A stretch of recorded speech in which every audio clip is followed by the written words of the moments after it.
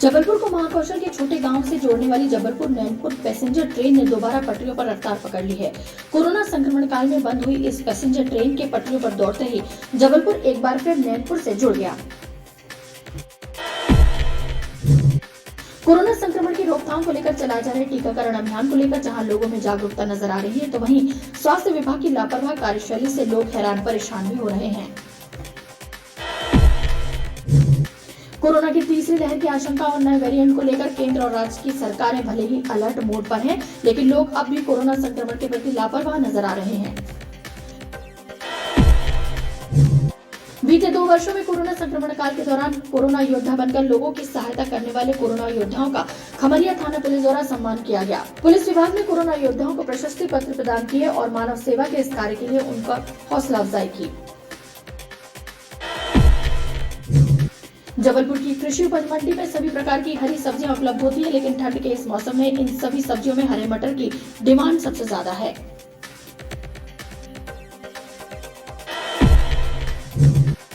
Civic centre उद्यान पिछले 3 वर्षों से बदहाल है। स्मार्ट सिटी योजना के तहत उद्यान का सौंदर्यीकरण कराया जाना है, लेकिन अब तक कार्य प्रारंभ नहीं हो पाया है। राइटर स्टेडियम में मॉर्निंग और इवनिंग वॉक करने वाले आने वाले लोग और खेल प्रैक्टिस करने वाले खिलाड़ी निर्माण कार्यों से हो रहे प्रदूषण और उड़ती धूल से परेशान हैं।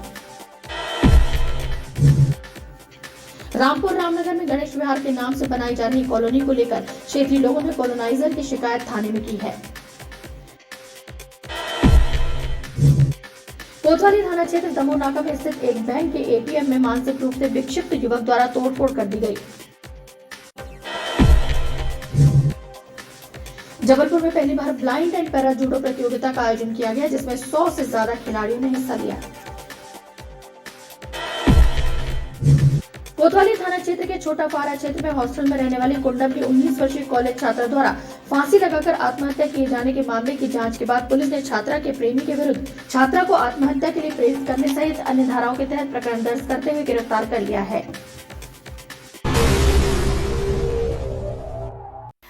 नमस्कार, बीटीवी न्यूज में आपका स्वागत है। इस बुलेटिन में हम आपको दिखाएंगे जबलपुर शहर से जुड़ी तमाम खबरें। तो चलिए खबरों की शुरुआत करते हैं और सबसे पहले देखते हैं हेडलाइंस। जबलपुर नैनपुर पैसेंजर ने पटरियों पर फिर पकड़ी रफ्तार। मुख्य रेलवे स्टेशन के नए प्लेटफॉर्म से हरी झंडी दिखाकर ट्रेन को किया रवाना। जबलपुर के यात्रियों को मिली सौगात। कोरोना के नए वेरिएंट और तीसरी लहर की आशंका के बीच बेपरवाह हुए शहरवासी। सड़कों पर बिना मास्क लगाए घूम रहे लोग। बाजारों में बढ़ रही भीड़। नहीं हो रहा सामाजिक दूरी के नियमों का पालन।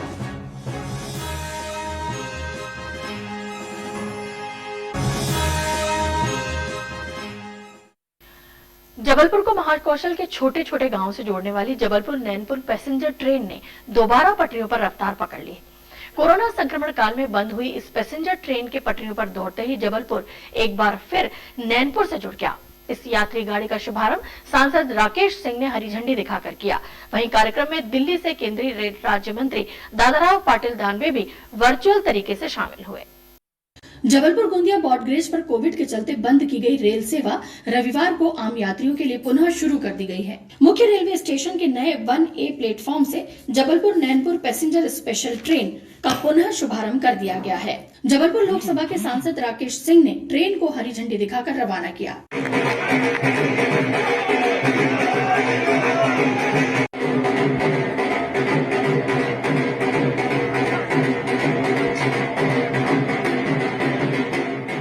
इस कार्यक्रम में दिल्ली से केंद्रीय रेल राज्य मंत्री राव साहब दादाराव पाटिल इसमें वर्चुअल तरीके से शामिल हुए। इस ट्रेन की पुनः बहाली के मौके पर मुख्य रेलवे स्टेशन के नए प्लेटफॉर्म का भी उद्घाटन किया गया। दरअसल कोरोना संक्रमण के चलते जबलपुर नैनपुर ट्रेन का संचालन लंबे समय से बंद था, लेकिन लोग लगातार जबलपुर नैनपुर ट्रेन की बहाली की मांग कर रहे थे। कोरोना की गति कुछ कम होने के बाद इस पूरे क्षेत्र में आवश्यकता थी कि ये ट्रेन कम से कम प्रारंभ हो।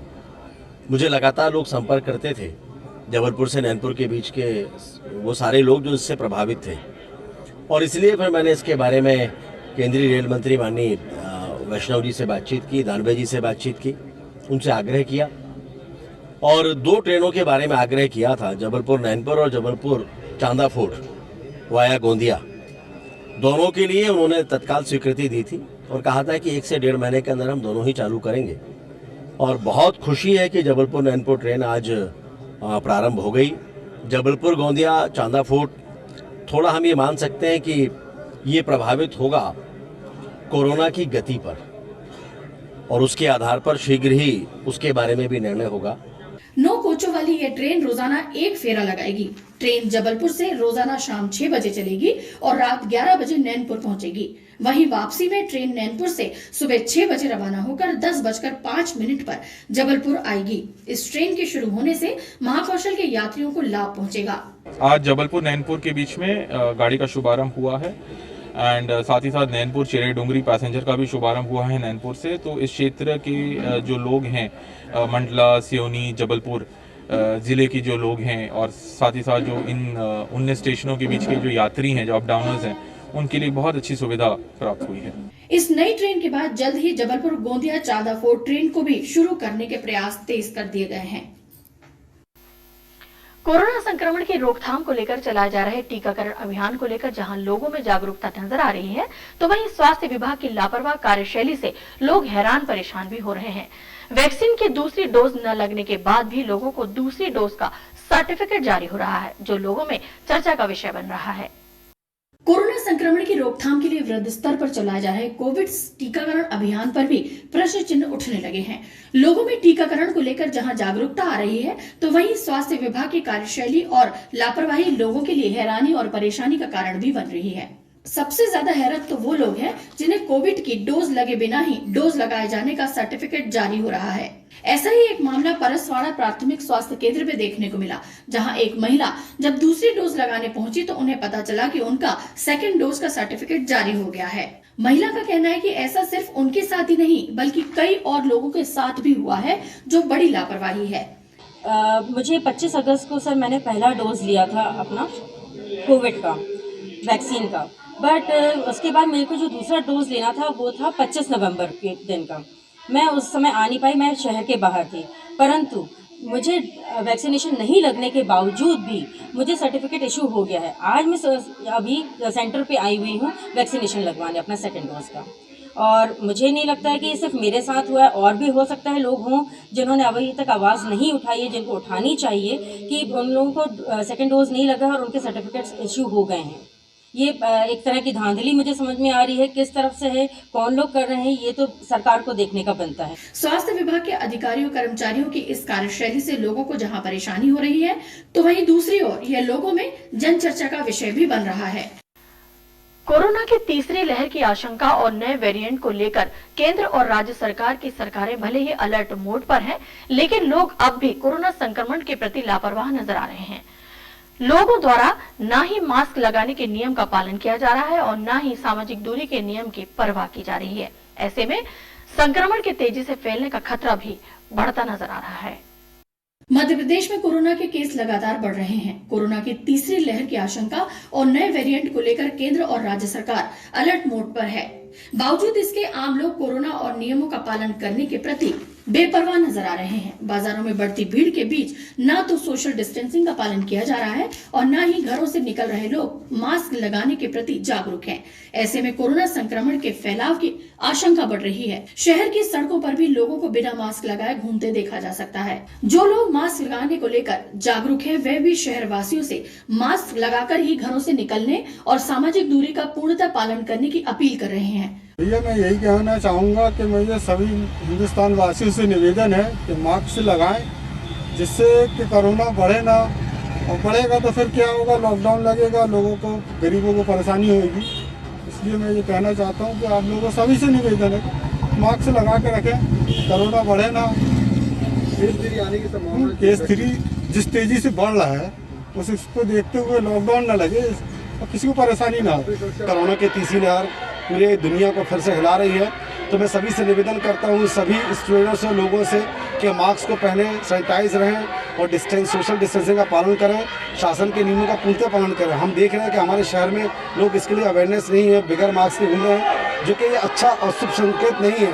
दुकानदार के दुकानों में जाते हैं तो दुकानदार सामान बेच रहा है, दवाइयाँ बेच रहा है, जो भी सामान बेच रहा है, लेकिन वो खुद लापरवाही कर रहा है, मास्क नहीं पहन रहा है।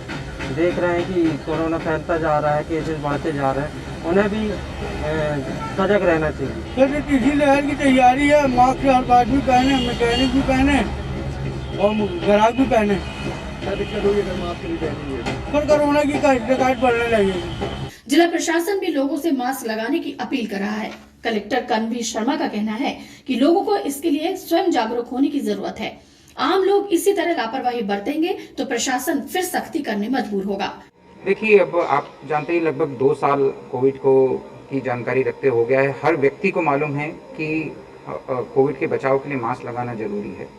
अब ये स्वेच्छा से आने वाली चीज़ है, क्योंकि इसमें सबसे ज़्यादा पहले जो सुरक्षा है वो व्यक्ति की स्वयं की सुरक्षा होती है, उसके बाद उसके परिवार की, उनके बच्चों की सुरक्षा होती है। मैं ये कहना चाहूँगा कि बच्चों को अभी वैक्सीन नहीं लगी है, इसलिए जो बड़े हैं उनका दायित्व, अब उस घर के जो बड़े हैं उनका दायित्व ज़्यादा हो जाता है कि वो अपनी वैक्सीन भी लगवा लें और अपने आप को सुरक्षित भी रखें, ताकि वो और उनके बच्चे सुरक्षित रह पाएँ। तो अपने और अपने परिवार को सुरक्षित रखने के लिए सबसे पहले ज़रूरी है कि वो डिस्टेंसिंग का पालन करें, मास्क लगाए और वैक्सीनेशन कराए। हम हमारे स्तर पर प्रचार प्रसार का कार्य कर रहे हैं।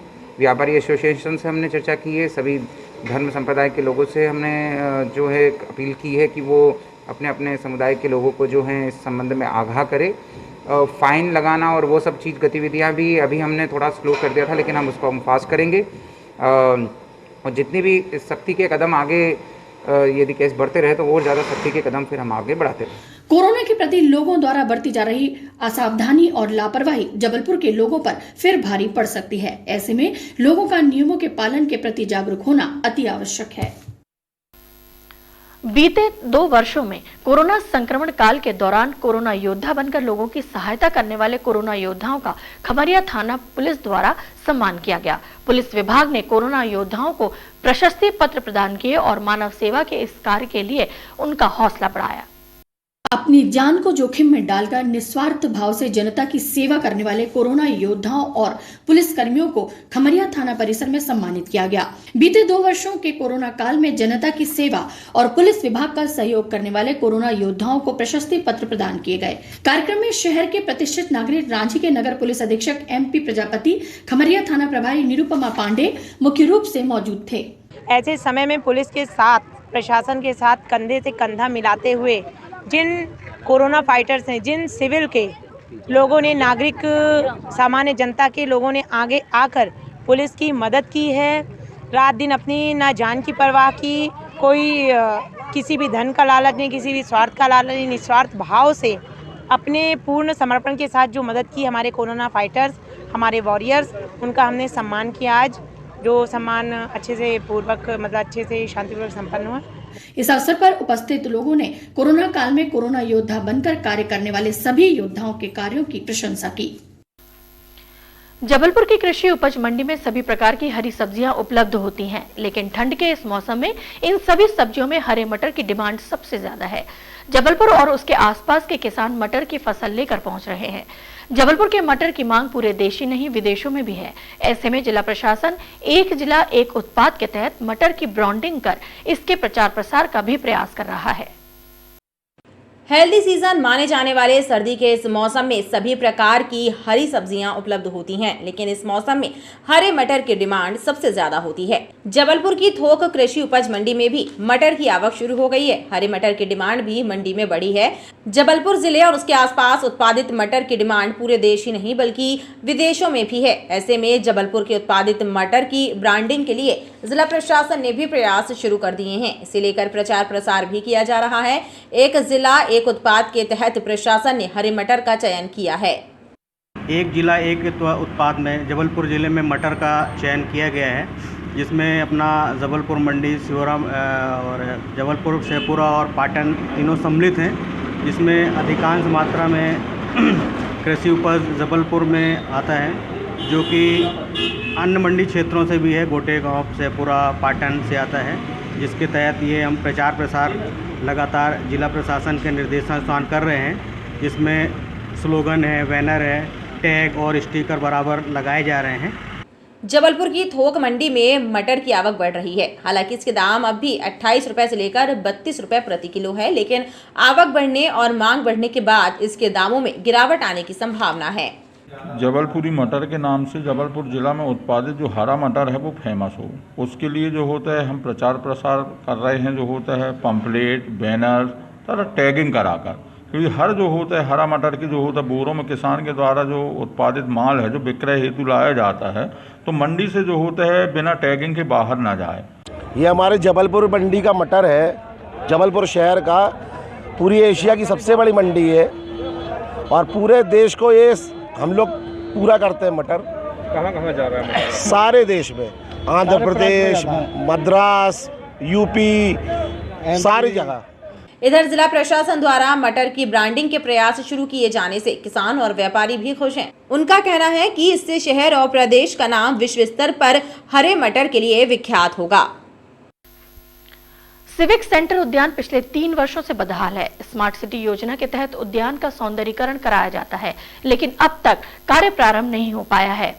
पूल गार्डन कचरा घर में तब्दील हो चुका है। दिन भर उड़ने वाली धूल से लोग परेशान हैं। जबलपुर विकास प्राधिकरण के सिविक सेंटर स्थित स्कीम नंबर 19 जब से जेडीए द्वारा नगर निगम को हैंडओवर की गई है, दुर्दशा की शिकार है। सिविक सेंटर उद्यान पिछले 3 वर्षों से बदहाल है। शहर के बीचों बीच स्थित इस उद्यान की उपेक्षा चर्चा का विषय बनी हुई है। स्मार्ट सिटी योजना के जरिए उद्यान का सौंदर्यीकरण कराया जाना है, लेकिन अब तक कार्य प्रारंभ नहीं हो पा रहा है।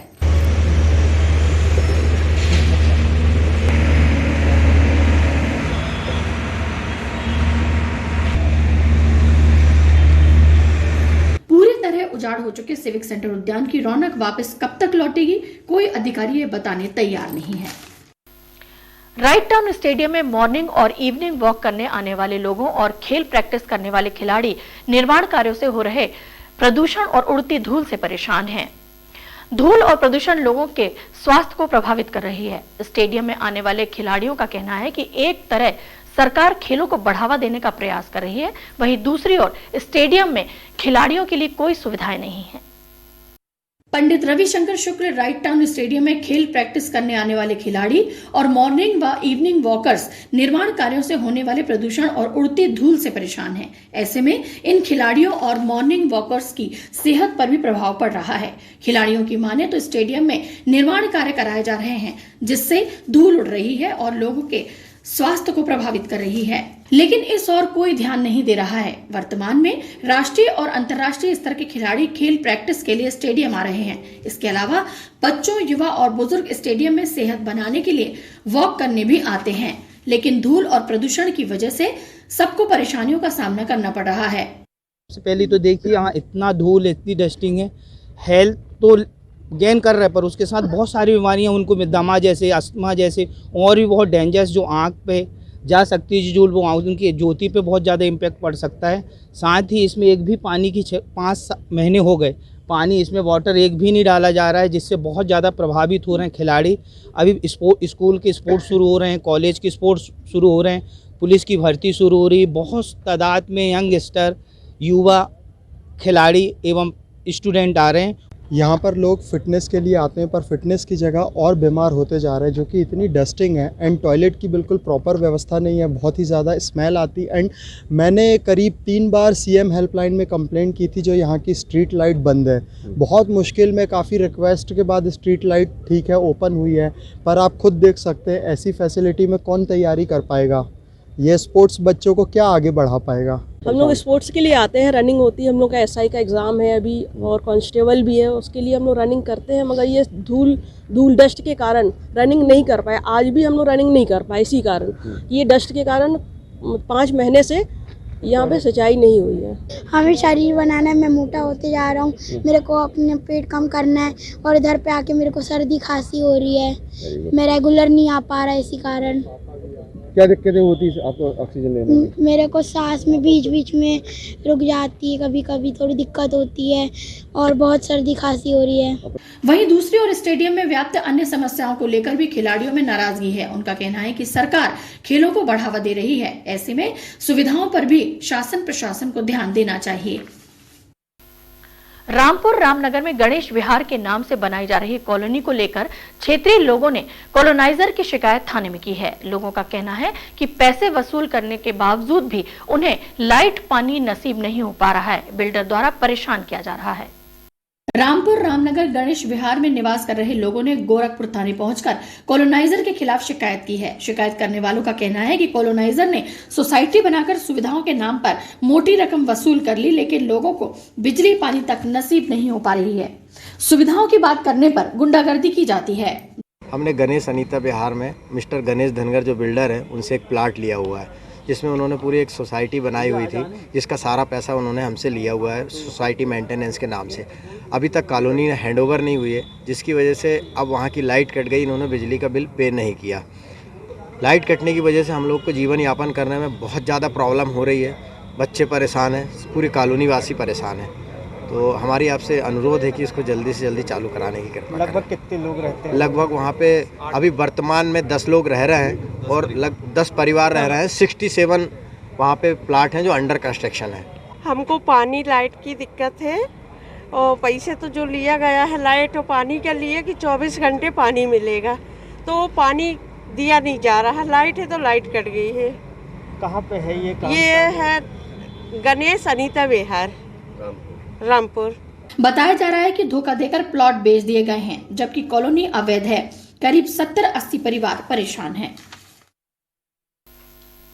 कोतवाली थाना क्षेत्र दमोनाका में स्थित एक बैंक के एटीएम में मानसिक रूप से विक्षिप्त युवक द्वारा तोड़फोड़ कर दी गई। युवक ने एटीएम की मशीन के कीपैड को तोड़ दिया। इस घटना की जानकारी लगने के बाद कोतवाली पुलिस मौके पर पहुंच गई। पुलिस ने एटीएम को नुकसान पहुंचाने वाले युवक को अभिरक्षा में लिया है और मामले की जानकारी संबंधित बैंक के अधिकारियों को भी दे दी है। कोतवाली थाना क्षेत्र दमोनाका के पास रविवार की सुबह मानसिक रूप से विक्षिप्त एक युवक ने बैंक के एटीएम में तोड़फोड़ कर दी। इस घटना से अफरा तफरी मच गई।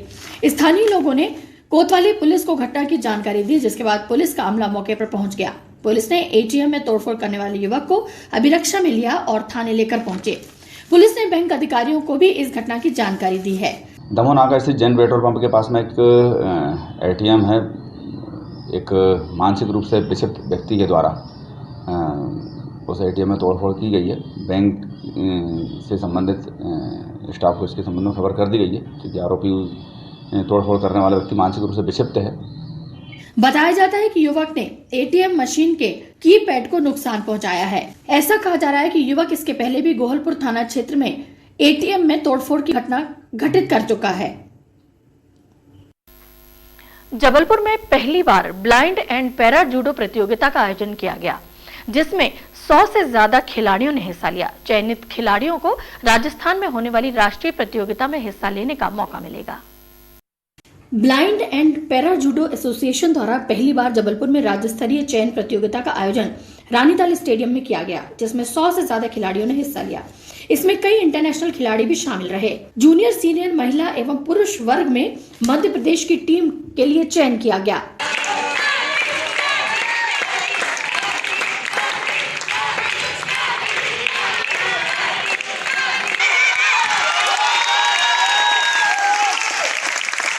मैं यहाँ पर इंटर डिस्ट्रिक्ट सिलेक्शन के लिए आया हूँ। जो बच्चे नेशनल प्रतियोगिता जो श्री गंगानगर में हो रही है उसमें पार्टिसिपेट करेंगे। यहाँ विभिन्न जिलों से बच्चे आए हैं। कुछ बच्चे ऐसे हैं जो हमारे अभी आए नहीं, मतलब वो कहीं कैंप में है, तो उनको बाद में उनका सिलेक्शन करके उसमें ऐड करेंगे। पैरा जूडो प्रतियोगिता के खिलाड़ियों ने बताया कि नेशनल प्रतियोगिता खेलने के लिए उत्साहित हैं। उन्हें उम्मीद है कि स्पोर्ट्स कोटे से उन्हें अच्छा जॉब मिल सकेगा। मैं सिहोरा का रहने वाला हूँ। इधर आकर जूडो प्रैक्टिस करता हूँ। नेशनल खेल चुका हूँ, सिल्वर मेडल प्राप्त किया है मैंने। दिव्यांगों के लिए आयोजित इस पैरा जूडो प्रतियोगिता में अपने खेल प्रतिभा का प्रदर्शन करने का अवसर पाने वालों के चेहरे खुशी से खिले नजर आए। संयोजक मंडल ने बताया कि मध्य प्रदेश की टीम के लिए चयनित खिलाड़ियों को राजस्थान में आयोजित होने वाली राष्ट्रीय प्रतियोगिता में हिस्सा लेने का मौका मिलेगा।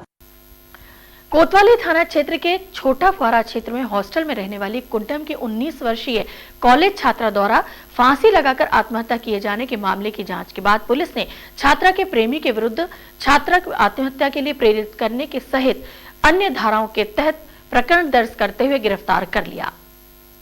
12 नवंबर को कोतवाली के छोटा फुहारा क्षेत्र में किराए के हॉस्टल में रहने वाली कुंडम निवासी 19 वर्षीय कॉलेज छात्रा ने फांसी लगाकर आत्महत्या कर ली थी। पुलिस को मौके पर सुसाइड नोट मिला था, जिसमें जांच के दौरान ये बात सामने आई कि कॉलेज छात्रा के मंडला नैनपुर निवासी अंकित टेकाम से प्रेम संबंध थे। इस दौरान अंकित उससे मिलने जबलपुर आया करता था। अंकित ने इस दौरान उससे शारीरिक संबंध बनाए जिससे युवती गर्भवती हो गई, लेकिन अंकित ने दबाव डालकर उसका गर्भपात करा दिया और उससे दूरी बना ली, जिसके तनाव में आकर कॉलेज छात्रा ने आत्महत्या कर ली। इस मामले की जांच के बाद पुलिस ने आरोपी को गिरफ्तार कर लिया है। मर्ग जांच के दौरान जो सुसाइड नोट प्राप्त हुआ है और सुसाइड नोट के संबंध में साक्ष्य जुटाई गई हैं, जिसके आधार पर आरोपी अंकित टेकाम के विरुद्ध आपराधिक प्रकरण धारा 306, 313, 427 का पंजीबद्ध किया गया है इसमें, और आरोपी को उसमें गिरफ्तार किया जा चुका है। खबरों का सिलसिला लगातार जारी है, आप देखते रहिए BTV न्यूज। नमस्कार। साहित्य और पत्रकारिता